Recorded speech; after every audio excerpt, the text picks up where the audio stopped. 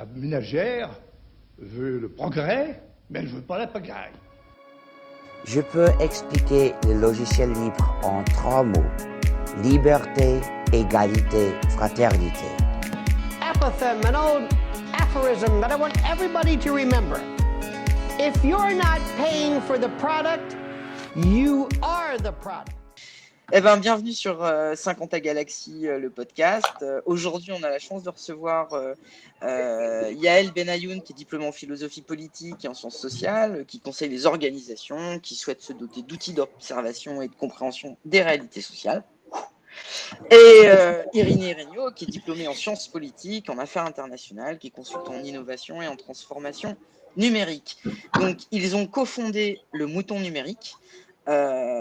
Irénée est aussi auteur du blog Mais où va le web, super blog d'ailleurs, ça change d'influencia et de l'ADN. Voilà, c'est déjà dit en passant. Et l'idée, c'est que vous nous présentiez un petit peu, on est fiers de les recevoir parce que à l'occasion de la sortie de leur livre qui s'appelle Technologie partout, démocratie nulle part. Je vais vous laisser vous présenter et puis après on va vous poser quelques questions sur ces sujets de fond qui sont passionnants. Yael. Ok, et alors peut-être rapidement, puisque les présentations ont déjà été faites sur le fond. Le Mouton Numérique, donc en fait, on est une jeune association, on s'est créé maintenant il y a un petit peu plus de 3 ans pour en fait très simplement essayer de faire entrer dans le débat public un certain recul et un certain regard critique sur le numérique et les nouvelles technologies en mettant en lumière leurs enjeux environnementaux, sociaux et politiques. Voilà, c'était un peu le principe de base. Et donc, très concrètement, en fait, on fait principalement des événements, des débats, des rencontres littéraires. On a fait aussi des petits formats podcast. Et là, on est en train de s'orienter de plus en plus vers plutôt, j'allais dire, des réflexions un peu de fond pour creuser les sujets. Donc, on a fait un premier recensement un peu pendant la période du Covid sur les dispositifs sécuritaires qui ont été déployés justement pendant le confinement. On a fait aussi quelque chose de similaire sur la continuité pédagogique. Bref, et en fait, là, donc, on est plutôt sur des sujets, j'allais dire, plus de fond et de long terme, un peu de veille sur ces questions-là. Super. Et Irénée, alors, qui es-tu ? Écoute, je suis le colistier de Yael. Effectivement, moi, ça fait 6 ans maintenant que j'écris sur Mais où va le web. Beaucoup d'articles, plusieurs centaines d'articles sur les implications sociales du numérique. Alors, c'est des articles qui reprennent en grande partie, je dirais, l'état de la recherche en sciences sociales sur ces questions. Donc, c'est pas forcément une production. Moi, je suis pas chercheur, je suis blogueur.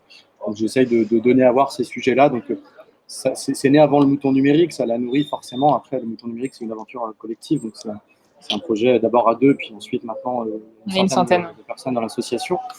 Mais bon, les deux sont forcément liés puisque le blog est lu dans les milieux qui s'interrogent sur le numérique.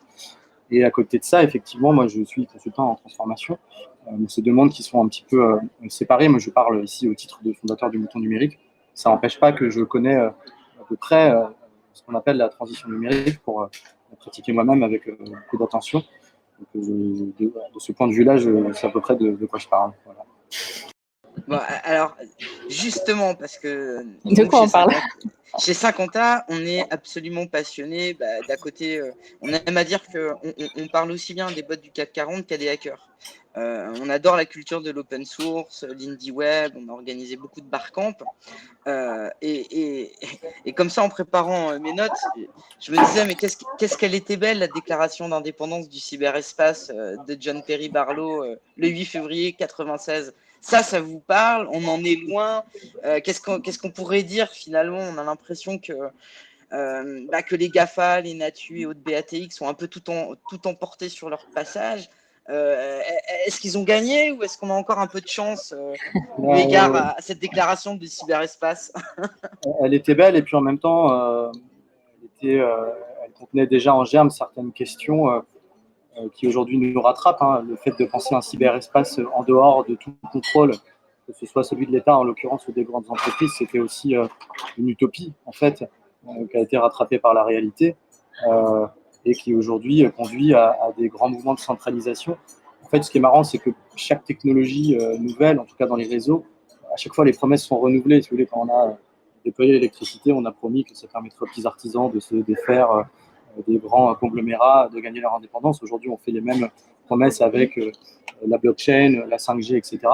Non pas qu'il faille rejeter tout ça, mais en fait, là-dedans, il y a une forme de déterminisme technique dans le sens où on préjuge qu'une technologie à elle seule va pouvoir permettre d'occasionner des changements qui sont de l'ordre du politique et qui dépassent de loin la question technologique. Nous, c'est ce qu'on essaye de montrer dans le livre, c'est qu'il ne faut pas prêter à la technique un pouvoir qu'elle n'a pas.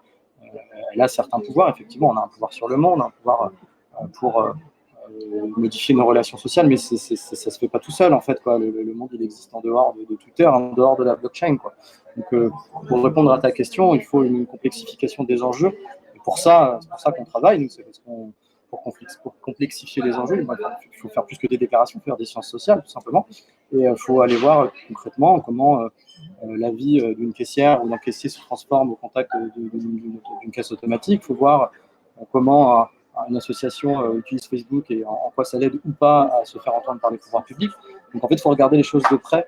Et nous, c'est ce qu'on a essayé de faire, c'est d'aller au plus près et sortir des grandes théories, que ce soit des théories économiques ou des théories un peu vaseuses sur la technologie qui va tous nous libérer, quoi. Et peut-être, sur cet aspect-là, ce qui est intéressant, c'est qu'on n'est pas aussi démunis qu'il n'y paraît. En fait, c'est qu'il y a plein de chercheurs qui ont fait ces travaux et du coup, c'est relativement bien documenté. C'est-à-dire quand on regarde le coût écologique du numérique, par exemple, il y a nombre de rapports qui fleurissent sur le sujet. Quand on regarde, là, tu parlais des conditions de travail des caissières, il y a aussi eu des livres de sociologie qui sont sortis sur la question.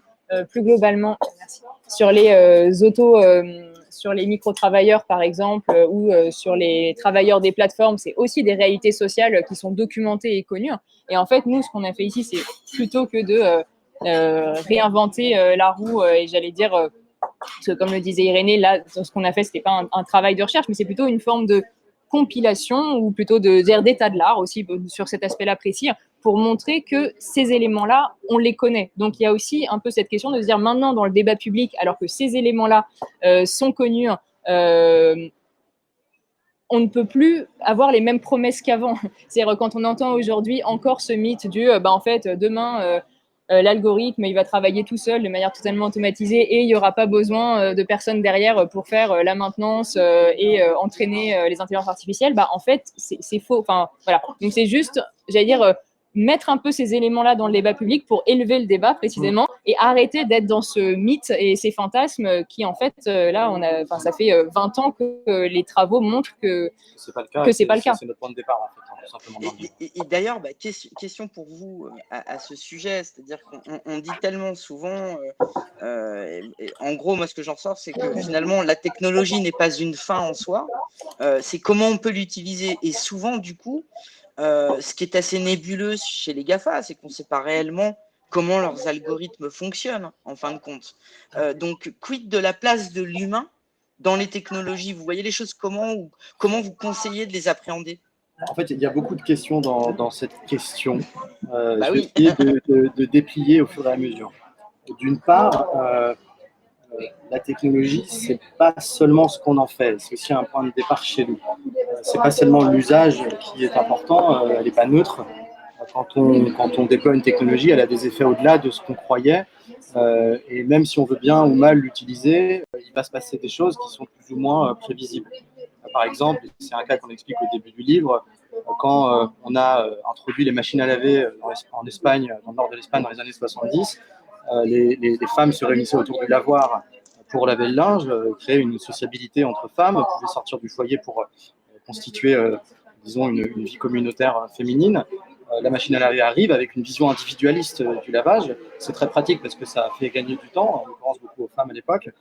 Cependant, ça conduit également à un repli en fait dans la maison, tout simplement, dans l'appartement, et donc à un délitement progressif de ces espaces de sociabilité. Donc c'est complexe en fait. Vous voyez, c'est pas toujours ce qu'on en fait en fait. C'est comment on fait, la façon dont on le fait, etc. Alors, ensuite, la question partait sur les GAFA, mais je ne suis pas sûr que c'est forcément la même question. Non, mais en fait, ce qui est quand même intéressant, cette question des usages, je vais juste continuer là-dessus, parce qu'effectivement, alors, c'est un peu, le débat se polarise un peu là-dessus, qui serait, finalement, la technologie, c'est ce qu'on en fait. Enfin, elle est ni bien ni mal. Mais bon, en fait, voilà, l'exemple de la machine à laver, il est typique. Là, la question, c'est pas comment on se sert d'une machine à laver. Enfin, il y a un moment, en fait, il n'y a pas des 1000 usages de la machine à laver. En revanche, on aurait pu concevoir une autre machine à laver qui réponde par exemple à ce besoin, là en l'occurrence que dit Irénée, cette réalité en tout cas sociale qui est que les femmes à un moment se retrouvent à un endroit en collectif pour peser aussi dans la vie politique du village.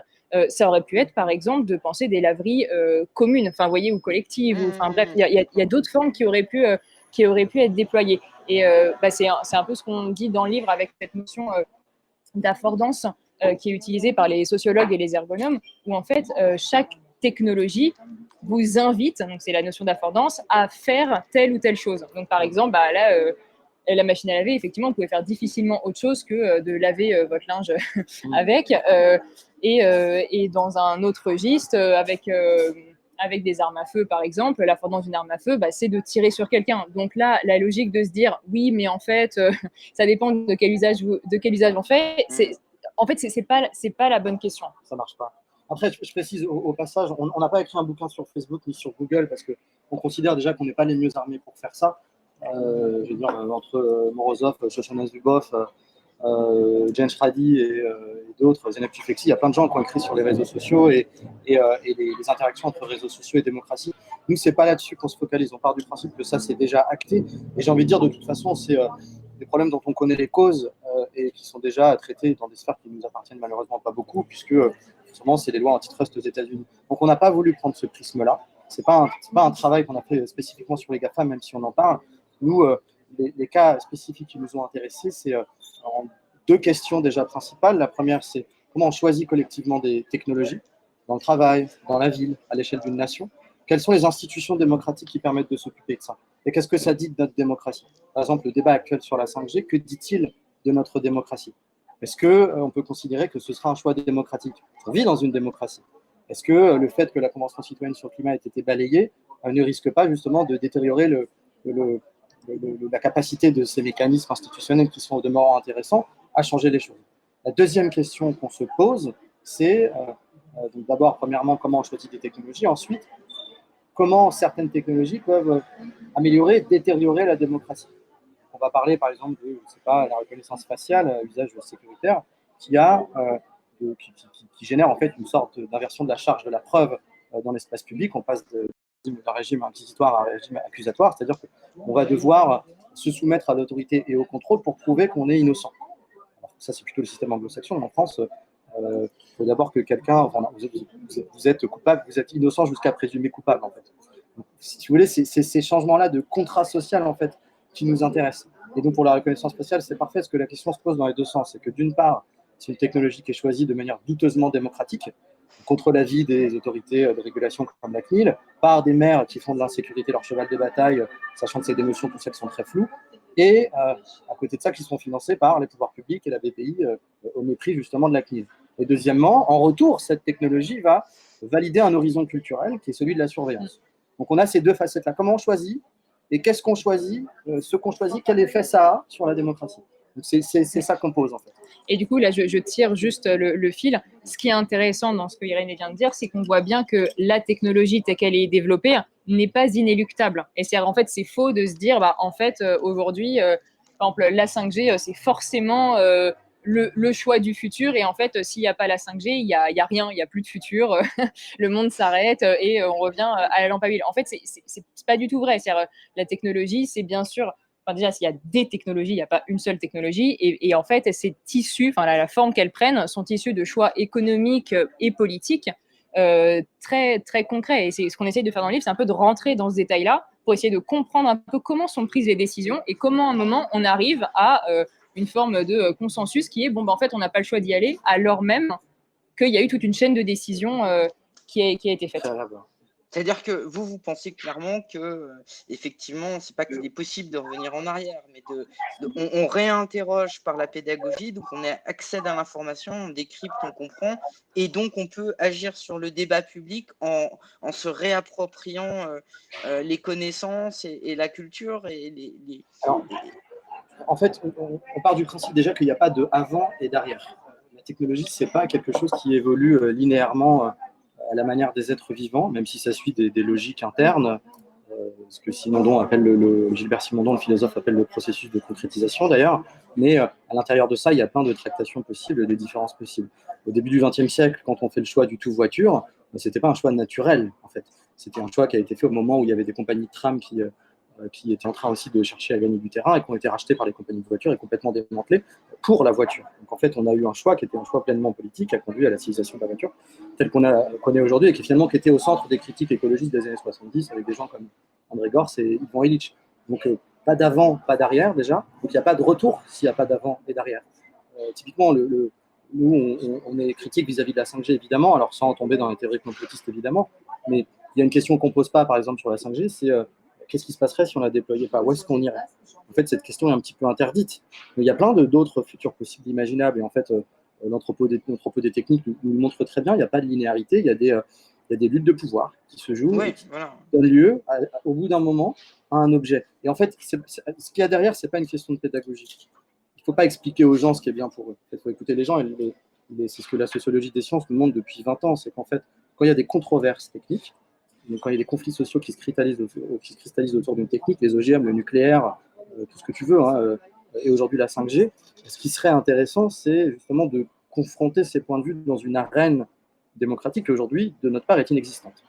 Elle est inexistante parce que les institutions démocratiques telles qu'elles existent aujourd'hui ne permettent pas ce débat. On le voit bien d'ailleurs, il n'a pas lieu. Il n'a pas lieu en fait. Il est facilité par des pseudo-experts et finalement, c'est oui ou non, il n'y a du coup pas de débat en fait. Oui, mais même institutionnellement, en fait, on ne l'a pas. Alors, on ne l'a pas avec ce gouvernement-là, mais de manière générale, on ne questionne pas la technologie parce qu'on part du principe qu'elle va dans un sens.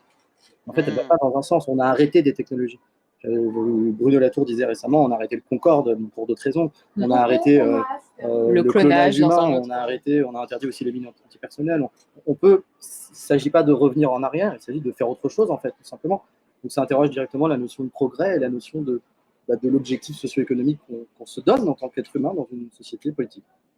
Parce que votre titre, il est quand même hyper fort. Technologie partout, ça, c'est clair. Et démocratie nulle part. Alors, juste pour ça, moi, il y a quelque chose que j'ai plutôt trouvé assez intéressant de la part de nos dirigeants sur cette idée de grand débat. C'est-à-dire que on vient insuffler finalement, alors est-ce que c'est de la com ou pas de la com, ça c'est pas à moi de le dire, même si j'ai mon idée très claire. En revanche, ce que je trouve intéressant, c'est que le fait déjà de mettre à disposition une plateforme pour participer, ça va plutôt un peu dans le sens de la démocratie. Le fait en revanche qu'on nous impose l'utilisation d'une plateforme où on ne sait pas réellement qui est derrière, à qui appartiennent les données, ça c'est un peu plus problématique. Du coup, vous là-dessus, parce que ce qui est intéressant, c'est que ok, il y a vraiment le côté très sociologique, mais de manière pratico-pratique, c'est-à-dire quel type d'outils, quel type de solutions, et notamment quand on voit une plateforme participative, bon, le grand débat, au-delà de tout ça, comment faire pour aider plutôt les élus, ou en tous les cas ceux qui prennent des décisions, parce que là, clairement, si on parle de démocratie, il y a les citoyens, mais il y a aussi les personnes qui ont été élues. Résultat, qu'est-ce qu'on pourrait conseiller, ne serait-ce qu'à un petit maire de 1500, qui a 1500 habitants, qu'est-ce qu'on pourrait lui conseiller pour insuffler ce genre d'échange? Il faut bien retenir que le titre du livre, c'est une référence à Police partout, justice nulle part, donc c'est un côté punk qui nous a hérité de mai 68. Et surtout, pardon, juste là-dessus, qui s'appelle Plaidoyer pour que les choix technologiques deviennent l'affaire de tous. Il faut bien voir les deux aspects du livre, en fait. Il y a un côté provoque, évidemment, dans le titre. On ne dit pas qu'il n'y a pas de démocratie, on vit dans une forme de démocratie de relative faible intensité, mais qui est quand même une démocratie. Donc, juste pour faire juste une nuance par rapport à ça, mais tu peux répondre à la question. Et peut-être deux points quand même sur le titre. Ce qui est aussi intéressant, c'est qu'en fait, technologie partout, démocratie nulle part, on l'a pris d'une pancarte qui était en manif. Donc, c'est aussi, ça va dans... non, j'allais dire, ces mouvements de revendication dont on parlait au début, et du coup, du ressenti pour la population. Du coup, peut-être ce qui est intéressant quand même, c'est là où l'écueil dans lequel il ne faut pas tomber, c'est croire qu'il n'y a jamais eu de concertation sur les nouvelles technologies, qu'il n'y a jamais eu de délibération, et qu'en fait, c'est ce qui s'appelle en fait la démocratie technique, ça n'a jamais existé. Si, ça fait 20 ans qu'il y a des expérimentations en fait là-dessus, et ce que nous disent en tout cas les chercheurs qui ont évalué ces processus, c'est qu'on remarque qu'en fait, ces formats marchent. C'est-à-dire qu'à la fin, ces mini-publics qui ne, a priori, connaissaient pas la thématique, donc généralement, c'était surtout dans le cas de la biologie de synthèse, par exemple. Donc, effectivement, des sujets qui sont quand même très complexes. Mais donc, ces personnes-là, si elles sont bien formées, c'est-à-dire informées et formées sur une période longue, à la fin, arrivent à faire des recommandations, en tout cas, qui sont pertinente d'un point de vue tant scientifique que politique. Donc ça, sur ce point-là, c'est... Là, je précise juste, on parle bien ici, parce qu'en fait, il y avait encore une fois 2 questions dans ta question, mais je dois redéplier. Toi, ici, tu nous as posé une question sur les plateformes utilisées par les maires. C'est une façon de voir la démocratie et la technologie, mais c'est vraiment comment j'anime une communauté à partir d'une plateforme.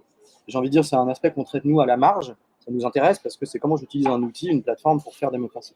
C'est simple avec ce genre de questions, on retombe dans les vieilles questions de la démocratie participative, c'est les gens qui participent sont toujours les gens éduqués, blancs, qui ont le temps, etc. En gros, c'est ça. Donc ça ne se fait pas sans déployer des gens sur le terrain, c'est ce que fait la maire, par exemple, à Dacaoulo, à Barcelone, et là, ça marche relativement bien. Nous, notre question, c'est un peu ça, mais pas vraiment, en fait. Nous, notre question, c'est comment on tranche sur des grands choix techniques en démocratie. Donc, c'est pas comment on fait la démocratie avec la technique, c'est comment on fait la technique avec la démocratie. C'est pas la même question. Comment je choisis que je veux ou non la reconnaissance spatiale? Comment je choisis que je veux ou non la 5G? Comment je choisis quel algorithme me fait travailler au travail? Tu vois, en fait, on renverse un peu la question, et c'est ça qui est original. Et donc, dans ce que vient de dire Gaël, le procédé que tu viens de décrire, ça s'appelle les conférences de consensus, en fait, ou les conventions citoyennes. C'est ce qui s'est passé par la convention citoyenne. On voit bien que ce qui a été produit de bonne qualité, c'est pas parfait. C'est jamais parfait. Mais nous, ce qui nous interroge aujourd'hui, où une par une, ces recommandations sont balayées, c'est que d'une part, ça nuit à la démocratie, et d'autre part, ça montre qu'en fait, que ça manque ça crante pas avec les institutions. Donc, on fait des débats pour rien. En fait, c'est ça. Ce qui est important, en fait, c'est qu'on se rend compte que les résultats, j'allais dire, sont de bonne qualité, mais en fait, ces espaces délibératifs ne sont pas reliés aux instances de décision. Donc, finalement, vous avez des espaces, comme dit la sociologue Sarah Aguiton, des espaces d'expression sans conséquence. Donc, forcément, à la fin, déjà, ça produit quand même de la frustration pour des gens qui ont travaillé, si on prend l'exemple de la Convention citoyenne pendant 8 mois pour qu'on leur dise à la fin, maintenant, faites du lobby pour faire passer vos idées. Enfin, c'était juste pas le deal de départ.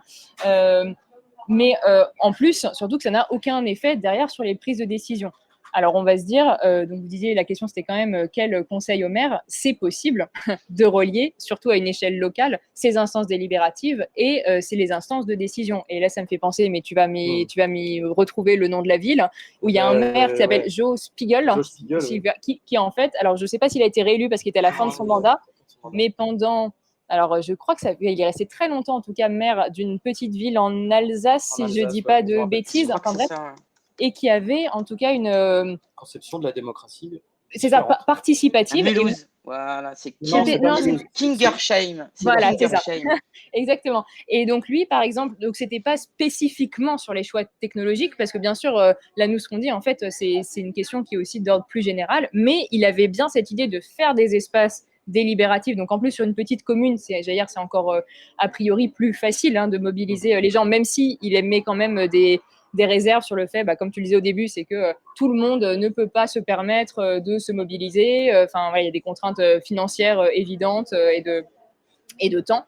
Mais voilà, il a réussi à faire que ces instances délibératives soient directement reliées aux instances de décision. Donc là, ça se passe à un niveau très micro, mais déjà c'est possible, donc c'est déjà bien de l'avoir en tête. Mais en plus, nous ce qu'on préconise, c'est que cette logique-là, c'est de le faire aussi à d'autres échelles, puisque les choix technologiques se prennent à différentes échelles, donc à la fois dans l'entreprise, mais aussi à niveau des municipalités, et par exemple comme la 5G, là à un niveau beaucoup plus national, voire européen. Et vous là-dessus, dans le livre, vous mettez en exergue je reviens sur les conseils un peu pratico-pratiques, ça veut dire sur soit une manière de faire, soit pas forcément des outils à utiliser, mais des méthodes, des process qui permettraient justement d'acculturer et de faire, pas essayer d'aller dans le bon sens, parce que c'est pas une histoire de bon sens ou mauvais sens, mais de sensibiliser justement à une bonne approche. En fait, si tu veux, la question, elle est... oui, on donne des pistes dans le livre. Nous, on donne des pistes qui sont de l'ordre du changement plutôt institutionnel. Après, on ouvre une question qui est anthropologique. Donc on ne peut pas non plus y répondre avec faut faire du design thinking, tu vois. C'est pas possible. Parce que ce qu'on décrit dans le livre, c'est comment des choix sont volés aux travailleurs, aux citoyens, pour les livreurs, je ne sais pas, les caissières dont on parle aussi de la Smart City à Toronto. Tu vois, c'est des questions qui vont faire intervenir des projets technologiques qui traînent derrière eux 200 ans de capitalisme et d'une certaine notion du progrès qui nous est hérité du 19e siècle et de toute cette tradition positiviste et scientiste. Donc, en fait, c'est pas tellement, on n'a pas fait un livre pratique sur que doit faire un maire. En revanche, ce qu'on dessine à la fin du livre, et là, c'est plus tellement nous qui parlons, c'est plutôt d'autres gens qui nous inspirent. C'est un certain nombre de pistes qui me semblent intéressantes, qui ont été mises en place. Donc, on prend l'exemple de Barcelone, où il y a une démocratie participative et des outils qui ont été utilisés comme Decidim à des fins démocratiques. On donne l'exemple de ce que fait Alexandre Monin, par exemple, qui est chercheur et qui, lui, a monté un master pour désinnover. On parle également des coopératives, mais si tu veux, si tu creuses la question, nous, on pose la question de la démocratisation tout court, en fait, aussi. Donc, comment on fait mieux démocratie ? Si tu poses la question à l'intérieur d'une petite PME ou d'un gros groupe du CAC 40, tu peux nécessairement n'arriver qu'à des questions qui sont celles de la confrontation entre un modèle capitaliste et un modèle coopérativiste. Et là, tu tires 200 ans d'histoire aussi. Donc, il ne faut pas s'attendre non plus à ce qu'on ait des méthodes ad hoc pour tout le monde. C'est plus compliqué que ça. En même temps, c'est plus ambitieux, et en même temps, comme c'est plus ambitieux, on y répond moins. D'ailleurs, ce livre, vous avez eu, vous êtes mis sur la création de ce livre il y a longtemps, pendant le confinement ou après? Ah non, bien avant. Non, mais vous voyez le sens de ma question. C'est-à-dire que le sens de ma question, c'est de dire que là, qu'on le veuille ou non, les entreprises, les business, il y a un visuel qui dit finalement, c'est pas le directeur informatique, c'est pas le dirigeant de l'entreprise, mais finalement l'accélérateur de la transformation numérique, que ce soit une grosse boîte ou une petite boîte, c'est le Covid. Certes, c'est encore un truc de marketeur ou de pubard, mais ça vous parle ou pas? C'est-à-dire, est-ce que pour vous, la période un peu particulière qu'on est en train de vivre, au-delà du complotisme et de tout ça, est-ce que effectivement là aussi, ça n'a pas accéléré à la fois la technologie partout, parce qu'on a quand même perdu plus d'une quarantaine de libertés individuelles, et finalement la démocratie un peu moins? Alors oui, ce livre, on l'a écrit, on l'a commencé avant, c'est des réflexions qui traînent depuis plusieurs années. Et quand on a rencontré cette période du Covid, du coup, on a été un peu déstabilisé, parce qu'au début, comme pour tout le monde, il y avait beaucoup d'incertitudes. On a beaucoup travaillé au mouton, justement, pour recenser les technologies de surveillance, donc on voit très bien ce qui s'est passé.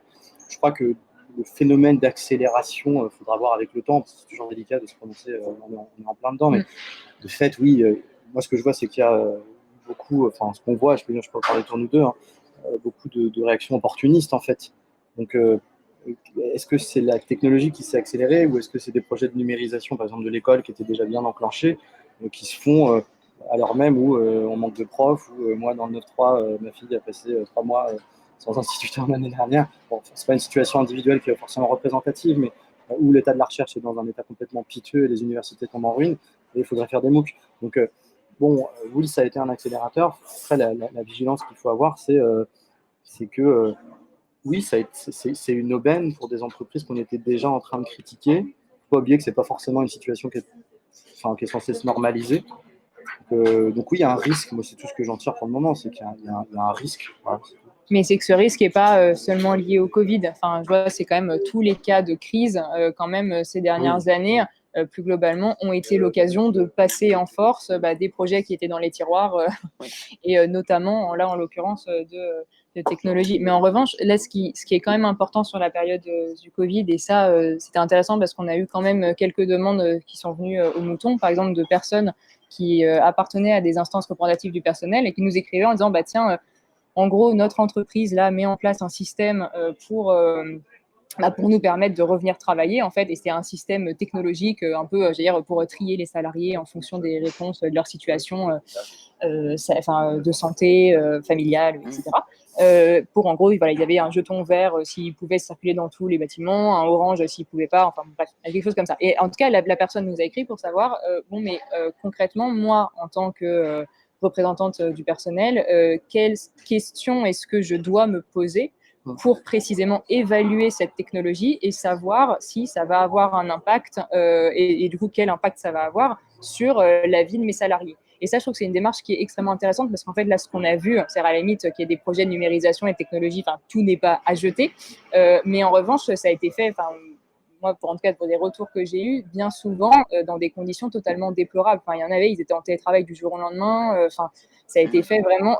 Il y a eu aucune réflexion sur l'impact que la numérisation a eu sur les activités, quand même. C'était pas quelque chose. Et là, c'est pas forcément une question d'accompagner le changement. Enfin, c'est vraiment de se dire, en fait, est-ce qu'il y a un moment là, cette réalité-là correspond à l'activité qui est faite ou pas, quoi. Enfin, vous voyez, c'est des impératifs éventuellement de sécurité. Donc oui. là, en fait, ce qu'on dit, c'est que tu vois, la question de comment on fait le choix d'une technologie, elle se pose dans une entreprise au niveau d'un CHSCT, par exemple.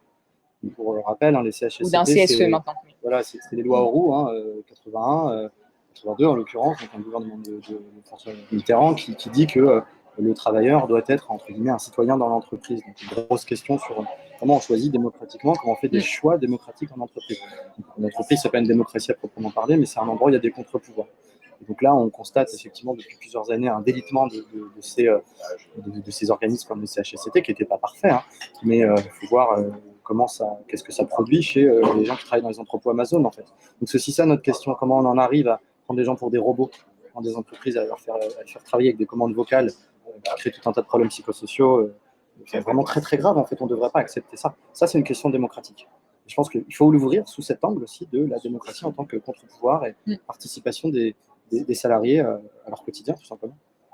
C'est passionnant. Alors, pour finir sur une note plus légère, on avait une question plus légère, mais finalement, est-ce que l'amour sera plus fort que la surveillance de masse? Parce qu'on peut se dire que la démocratie a baissé les bras depuis quelques temps. Est-ce que vous avez encore un peu d'espoir, quoi? On a beaucoup d'espoir et on n'est pas démunis, et c'est ce qu'on explique dans le livre. On croit que certains mouvements sociaux, certaines recherches peuvent conduire à des changements, pas toujours pour les bonnes raisons. On explique, par exemple, il y a quelques semaines, suite aux manifestations antiracistes suite à la mort de George Floyd, IBM et d'autres entreprises ont interdit la reconnaissance faciale à des fins sécuritaires. C'est triste ce qui s'est passé, c'est dramatique, c'est temporaire. Et donc on peut gagner, entre guillemets, on a gagné contre des grands projets inutiles comme le repli dans le triangle de Gonesse, avec des résultats derrière qui ne sont pas forcément super, mais donc on peut faire des choses. Donc oui, on a de l'espoir, sinon il y aura pas sinon on n'aurait pas conclu sur une note qui est entre guillemets positive. Après, je ne crois pas du tout que l'amour ait quoi que ce soit à avoir là-dedans. Mais pour répondre à ta question, je pense qu'il faut de la démocratie, pas de l'amour. Et la démocratie, c'est pas fait forcément pour s'aimer, mais c'est fait pour trouver un endroit où on fasse autre chose que la guerre, en fait, tout simplement. Vous pouvez nous rappeler la date du lancement de votre livre pour qu'on puisse... Le 8 octobre. Alors, c'est le 8 octobre, on peut s'inscrire sur votre site, Les Moutons du Web. Alors, ouais. moutonnumérique.org, mouton-numérique.org, l'événement est en ligne, là, donc on n'a pas encore communiqué dessus, en fait, mais il y aura une soirée dans le 20e arrondissement.